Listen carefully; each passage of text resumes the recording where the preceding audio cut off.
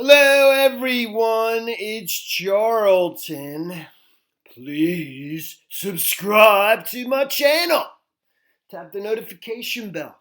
I would appreciate it majorly. Okay. Let's brush my teeth. I got pretty good teeth, actually, I must say. My dentist always tells me that, and that's without braces. Some coffee going on there, but whatever. And that's a good thing. I'll take it, dude. Good hair, good teeth. Not getting any younger, but no problem, man. It's all good, dude. It's all good, all the way. All the way. All right, so, there's some stories out there. I'm just going to focus on this one here. Various outlets are reporting that Lori's going to be in court on Friday. The Chad says the kids are safe and other things. So we'll just quickly cruise through this. And this is the Standard Journal. It might have been used to be called something else before that. Shoot. The Standard Journal newspaper has been a publication under different monikers since 1888. In February 1908, I'm not going to read that whole thing. I thought it used to be the Rexburg Standard Journal, but whatever. It's just the Standard Journal. It's an Idaho newspaper.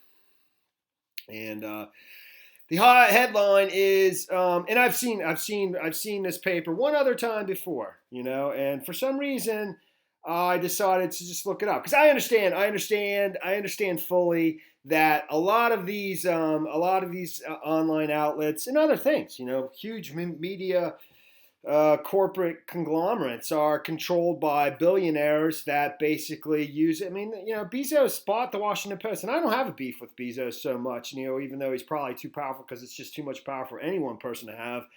But that's why he bought the Washington Post, added for peanuts for him for like $200 or $300 million, to protect himself, and it's just a weapon in business, big time.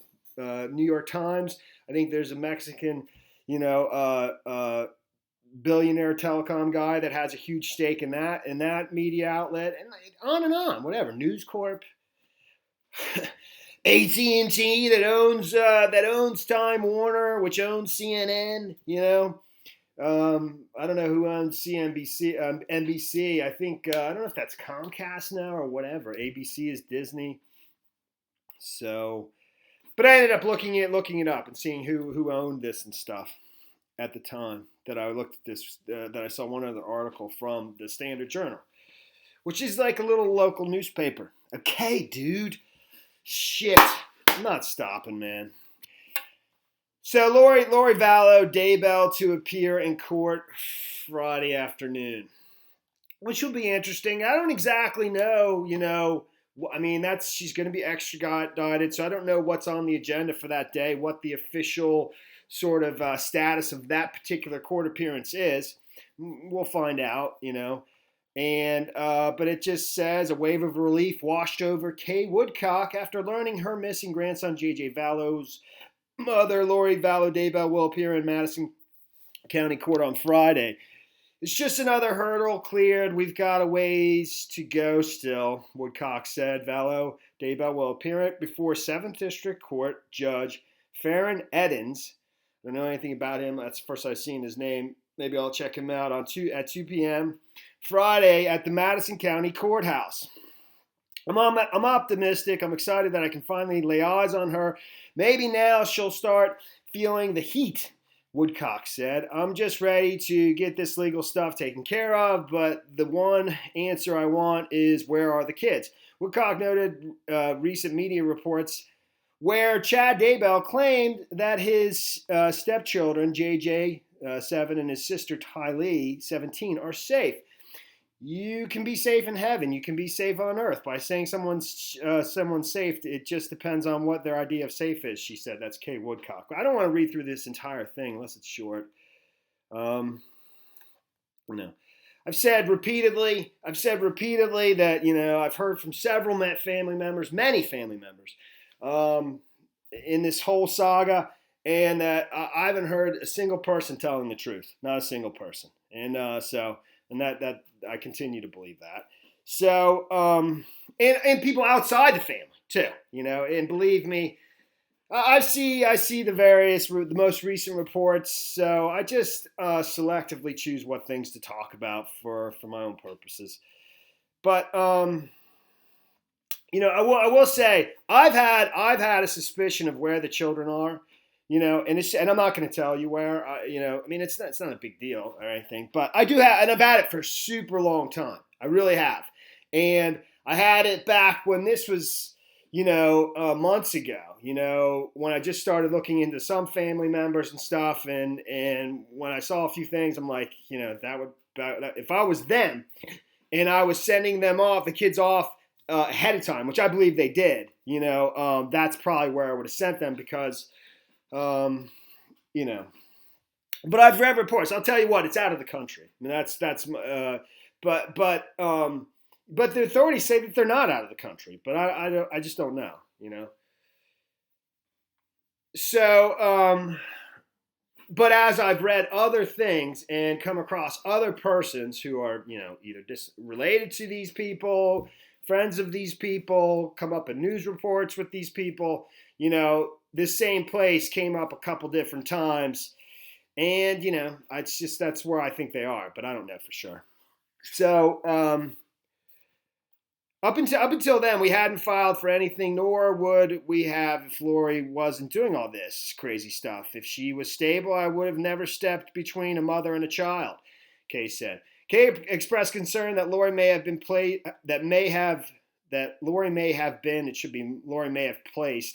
JJ with strangers rather than with his grandparents. The Woodcocks took custody of JJ shortly after he was born. Kay's son and his girlfriend couldn't care for the child, so it's her son's child, and asked the Woodcocks to do so. After Kay's brother, Charles Vallow, and his then-wife, Lori, asked to adopt him, the Woodcocks agreed.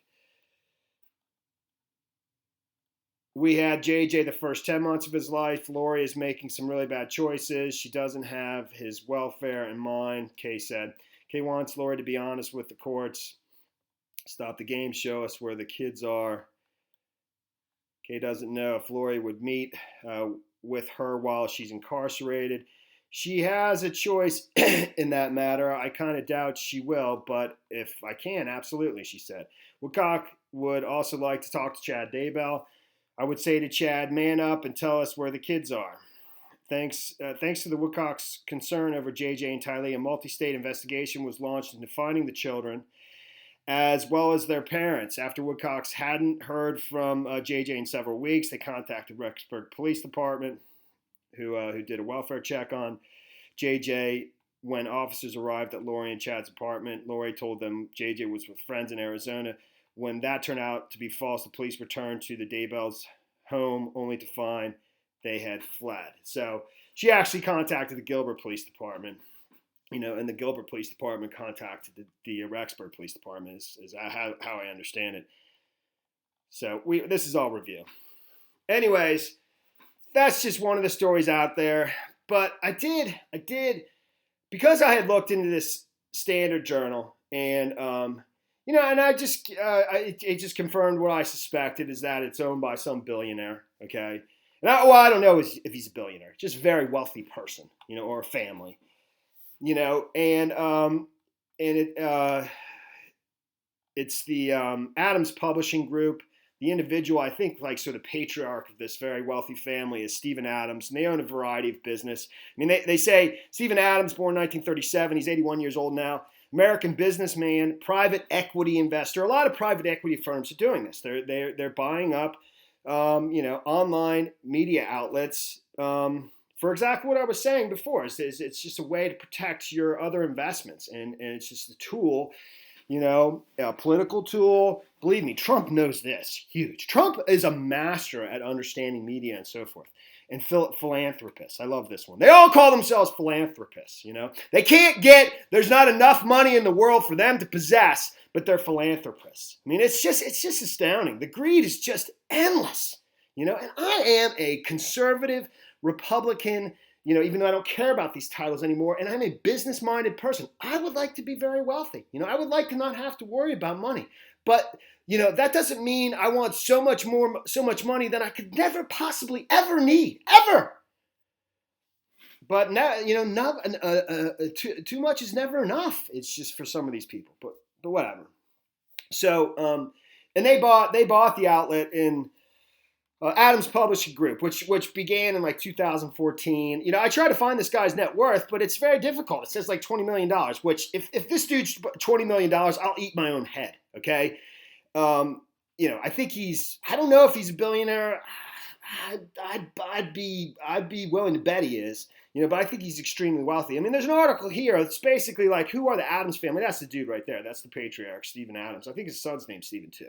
Maybe when I'm looking up, net worth Stephen Adams, 20 million, it's his son possibly, who's maybe a director on one of the companies that he's, a huge proprietor of. In any event, who are the Adams family, and why are they buying newspapers by the dozen? And this person just basically goes on to say that they're doing that as family owners of newspapers are deciding in waves to exit the difficult industry, the newspaper industry. It's a failing industry, but certain very wealthy interests are scooping them all up, and so this person's asking why. Good question. Many of them are finding a new and eager suitor, the secretive Adams Publishing Group. Barely 3 years old, Minneapolis-based Adams has assembled a group of more than 100 small dailies, weeklies, and shoppers in at least 15 separate transactions. In contrast to other big consolidators, they often leave existing management in place and do not impose cookie-cutter content templates. The company launched in March 2014 by buying 3 of the 4 divisions of American Consolidated Media. Other notable acquisitions include the Idaho Falls Post-Register, which is reported on this a fair amount, the Washington Post Southern, Maryland newspapers, whatever, as well as and the 20 dailies and weeklies of well-regarded Pioneer News Group papers in the Pacific Northwest 2 weeks ago. That's what bought the Standard Register. The Pioneer News Group owned Standard Register. They bought it in 1999. And that's what's in this history of, on the Standard Registers. It's actually called the Rexburg Standard Journal. That's where I saw that before. So, but it says that, in 1999, the Standard Journal newspaper was purchased by Pioneer Newspapers, okay? But it doesn't go on to say that in 2017 it was bought by the Adams Publishing Group. In any event, let me just quickly wrap this up so I can get on to my point. What opportunities does the Adams clan see that others don't? Best indications are they think in small town community newspapers, they think that in small towns, community newspapers still have strong local franchises and can flourish. I don't think so. I think it's something else, dude. I say best indications because members of the family never ever talk to their media about the publishing venture or their many other lines of businesses. The bare bones Adam Publishing website lists no main executive offices or a phone number. Patriarch Stephen Adams, roughly 80, has been at this a long time. Since graduating from Stanford Business School in 1962, he first assembled outdoor advertising companies. It's called Adams Outdoor Advertising, which I think owns a variety of things like billboards and stuff, I guess. I don't know. Then a group of community bakes. Most notably, Adams started and is still the director of a huge Camping World Good Sam's network of RV dealers and camping equipment retailers. One thing is for sure, the Adamses are loaded. Estimates put the family's net worth of $1 billion put the family's net worth of $1 billion at $1 billion. It should be at $1 billion, I think. Okay, so there you have it, $1 billion. Anyways, so for some reason, when I saw Standard Journal, because I had looked it up previously for that, for the reason I just went through, I decided to look up this journalist, Lisa Dayley Smith, and it's not a huge deal, but it's not her. And she's been with the Rexburg Standard Journal, since February 2016, so a little over 4 years. Actually, it's February 2016. It's 4 years exactly. I don't know why it says 4 years and 2 months. So, but the thing that I found odd is, and she was an independent journalist, freelance writer before that for 3 years prior to that in other places. But the thing that I found odd, okay, and I found it on her LinkedIn page. It's how I got to it when I was looking just at her activities, about her book, which she just published, okay? She just published in October of 2019, okay? And she independently published it. I don't know if that means she did it herself or she has a publisher, whatever, but I couldn't find a publisher for her book.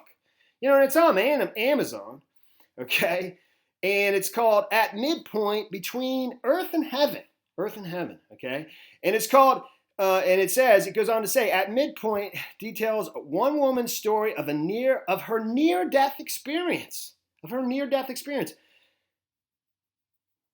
That definitely caught my attention, like, immediately, okay?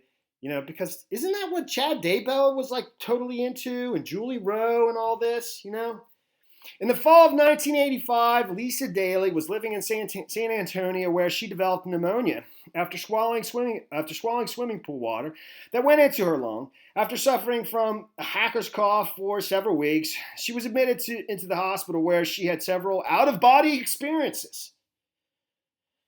At Midpoint, I'm fairly certain that's exactly what Julie Rowe is basically tells about in her books, and this is what interested her in Chad Daybell. I think that Chad Daybell has claimed these same things himself, and that they basically give him that powers of vision and other things, as well as, I don't know. I don't know the specifics, and I didn't bother to go find out the actual specifics. Do I need to? At Midpoint tells of how during her 5 weeks hospital stay for an intensive care, Dayley felt enveloped by the Holy Ghost, and how heaven reached out to her while she was dying. The story offers hope and the comforting message that death is sweet and shouldn't be feared. I didn't tell my story. I didn't even give my recap of my theory. Let me just do the one theory, not the Northern Mexico slaughter of the LeBaron and Langford family theory, but the theory that I believe that some of these participants that supposedly died or were killed or suspicious deaths, I believe they faked their deaths. I believe that Alex Cox, Charles Vallow, and Tammy Daybell, I believe those three people faked their deaths. Okay, I did. And I'm not going to review all of the elements of that, but that was my working theory, is my working theory. So, anyways, but when I stumbled upon that, I thought that was pretty strange, I don't know. I don't know that I don't get a real good trusting feeling that, this person could objectively report on this particular news story, I'm not getting that feeling. So, but you know what? What's crazy is I remember, I'm like, when did I look up the Standard Journal? Why did I even? When was it that I looked up? Who owns it, and is it some billionaire? And it turns out it is. And there's they're all over the place. Okay, the Washington Free Beacon with Paul Singer, who's basically is an activist investor who's already previously tried to influence the stock of AT&T, which owns Time Warner, which owns CNN, and recently made $1 billion investment in Twitter, trying to remove Jack Dorsey, etc. But you can go on and on, whether it's, the Washington Examiner and other ones that aren't necessarily owned by billionaires, but would like to be bought by billionaires, by journalists who are tired of watching other people get rich, while they don't get rich, But I was trying to think, like, what story was I on when I decided to look up the Standard Journal? And I'm like, I think it's when I was looking up Brenda Dye, who's the Fremont County coroner. Okay, that's where Tammy Daybell died. That's the coroner who basically ruled Tammy Daybell's death by natural causes, and supposedly she's the one who decided that, not the family members. She did, but the family members didn't contest it. They didn't say, we want an autopsy, but she's the one who ruled it, Brenda Dye. And I remember seeing her, in this circular, basically when she's deciding to run for Fremont County Coroner, okay? And it's just her biography, and, you know, she's been an AEMT for Fremont County. You know, married, spouse's name, yes, Randstad. I talked about her and her husband a little bit, you know. 4 children, 2 boys, 2 girls, graduated from North Fremont High School, born and raised in Fremont, etc. You know, because, I don't know. I mean, the fact that they ruled Tammy Daybell's death by natural causes, a 49-year-old woman who goes to sleep at night with a bad cough and dies in the middle of the night in her sleep, and that's not investigated further, or that's not asked for an outside medical examiner to determine the exact cause of death. That's kind of odd, you know. But what was pretty crazy to me is when I realized who wrote, you know, this introducing Brenda died to run for Fremont County Coroner, and it's that same journalist. It's Lisa Dayley Smith, you know, and you know, and I mean, she writes articles, but not tons, okay, you know, and I think this article, the one about serving the search warrant on Chad Daybell's home, you know, she wrote something on that, and I don't know. Well, she writes on Idaho News stuff, so, but I don't know. It seemed pretty weird to me, dude. Seemed pretty weird to me. And that's the story there, man. That's the story there. Thanks for watching my videos. Sorry for the mess. That's life. Please subscribe to my channel. Give me a like down below. And I will see you in the next video. Later, man.